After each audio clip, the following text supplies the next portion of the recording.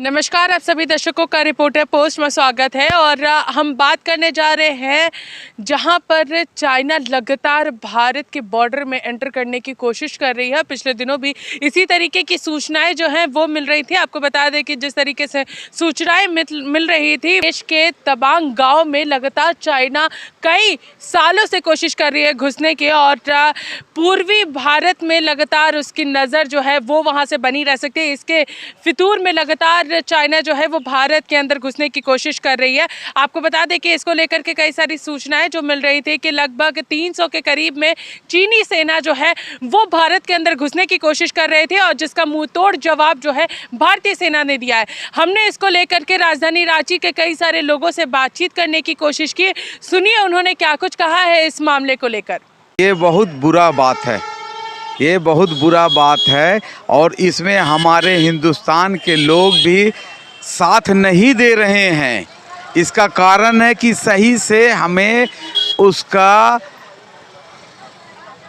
Report मालूम नहीं है। सरकार छिपा रही है।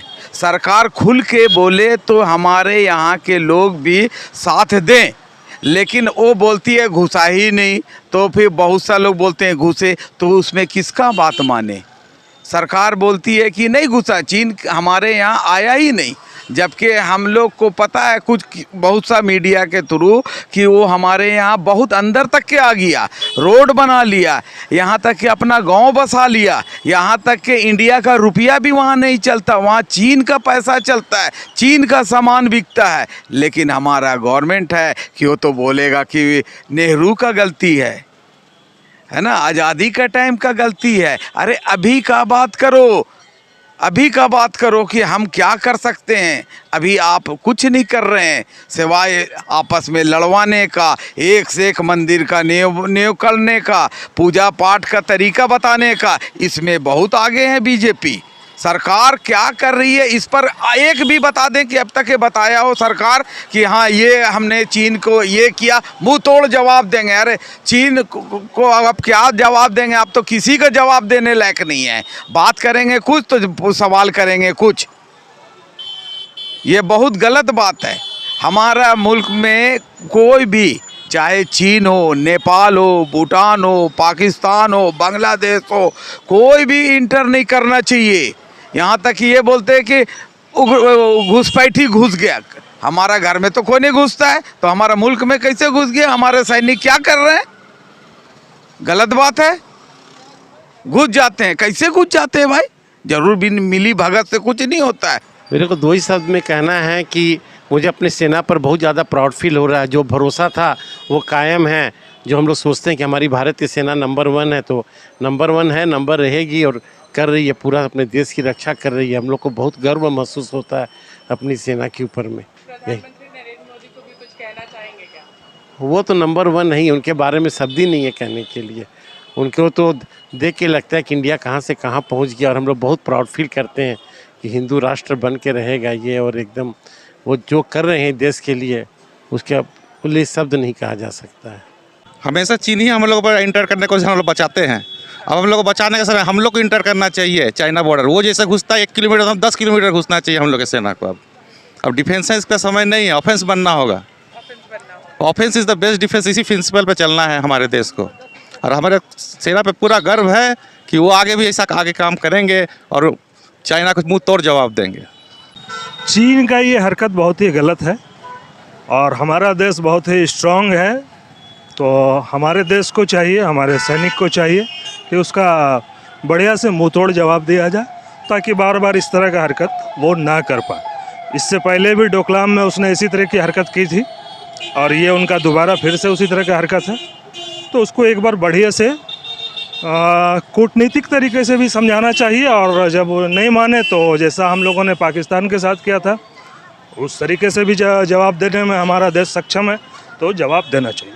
के सैनिक जो है मुस्तैद रहें, चौकन्ना रहें कि हमारे बॉर्डर पर चाइना हमारे बॉर्डर पर नहीं आने सके। उसके लिए पूरा जद्दोजहद कोशिश करे और उसके कार्रवाई करे और उसका फाइट करे। प्रधानमंत्री नरेंद्र मोदी को क्या कुछ कहिएगा जिस तरीके से वो सारी चीज़ों को देख रहे हैं, हैंडल कर रहे हैं?